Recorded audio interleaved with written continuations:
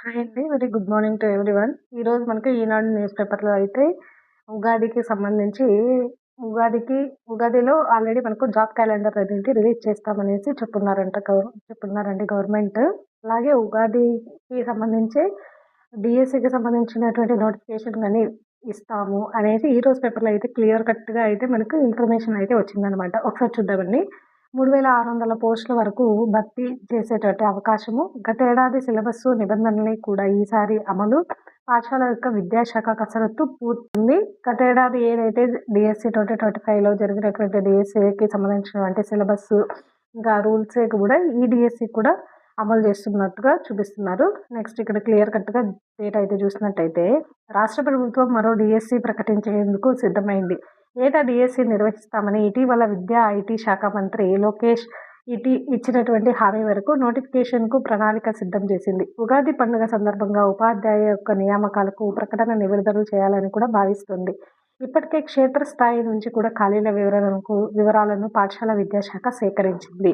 అన్ని రకాల యొక్క పోస్టులను కలిపి 3600 వరకు ఉండొచ్చు. అన్ని రకాల పోస్టులు కలిపి 3600 వరకు ఉండొచ్చు. ఆదర్శ పాఠశాలలు, ఏపీ రెసిడెన్షియల్ ఎడ్యుకేషన్ ఇన్స్టిట్యూషన్స్ సంక్షేమ శాఖలకు చెందినటువంటి పాఠశాలల నుంచి కూడా ప్రాథమికంగా కూడా వివరాలు కూడా తీసుకున్నారు. ఓకేనా. సో డిఎస్సికి సంబంధించినటువంటి అన్ని పాఠశాలల్లో ఉన్నటువంటి వేకెన్సీస్తో కలిపి మనకు 3600 పోస్టులకు గాను భర్తీ చేసేటువంటి అవకాశం అయితే ఉంది. వీటన్నిటిలో కూడా కలిపి 1200 వరకు కూడా ఖాళీలు రానున్నాయి. ఇవి కాకుండా పంచాయతీ పురపాలక ప్రభుత్వ పాఠశాలల్లో కూడా 1700 పోస్టులు కూడా ఉండనున్నాయి. ప్రత్యేకమైనటువంటి విద్యా పోస్టులు 700 వరకు కూడా భర్తీ చేసేటువంటి అవకాశం ఉంది. గతేడాది ఏప్రిల్లో 16,347 పోస్టులకు ప్రకటన ఇవ్వగా అందులో 15,941 పోస్టులు భర్తీ అయ్యాయి. కొన్ని పోస్టులకు రిజర్వేషన్ల అభ్యర్థులు లేనందున మిగిలిపోయాయన్నమాట.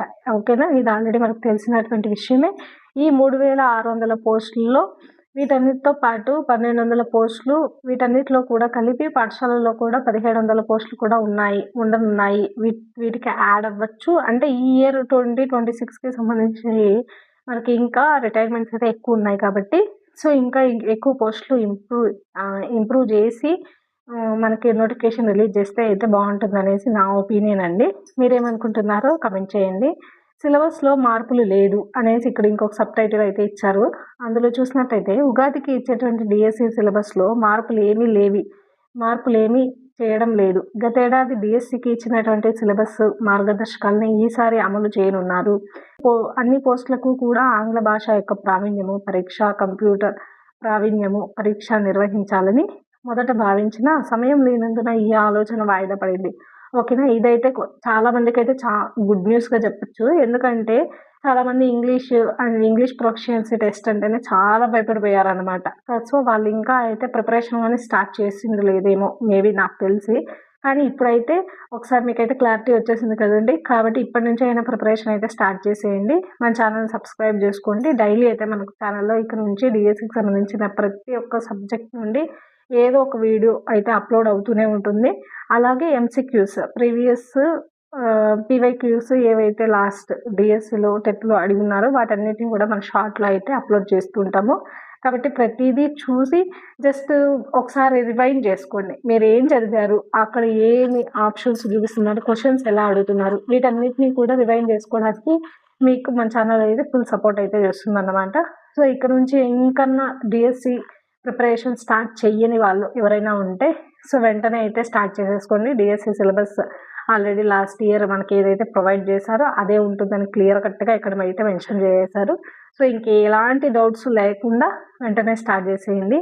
ఇంకొకటి ఏంటంటే ప్రత్యేక ఒప్పంద టీచర్లకు వెయిటేజీ అనే ఇంకొక సబ్ టైటిల్ ఉంది. ఇక్కడ చూసినట్టయితే ప్రత్యేక అవసరాలు ఉన్నటువంటి పిల్లలు చదువుతున్నటువంటి పాఠశాలలో ఒప్పంద ప్రాతిపదికన పనిచేస్తున్నటువంటి స్పెషల్ ఎడ్యుకేషన్ టీచర్లు రాష్ట్రంలో 2600 మంది వరకు ఉండగా సుప్రీంకోర్టు ఆదేశాల మేరకు వారిలో అన్ని సబ్జెక్టులు ఉన్నటువంటి సుమారు 800 మందికి మినిమం టైం స్కేల్ అంటే పే స్కేల్ అయితే అమలు చేయనున్నారు.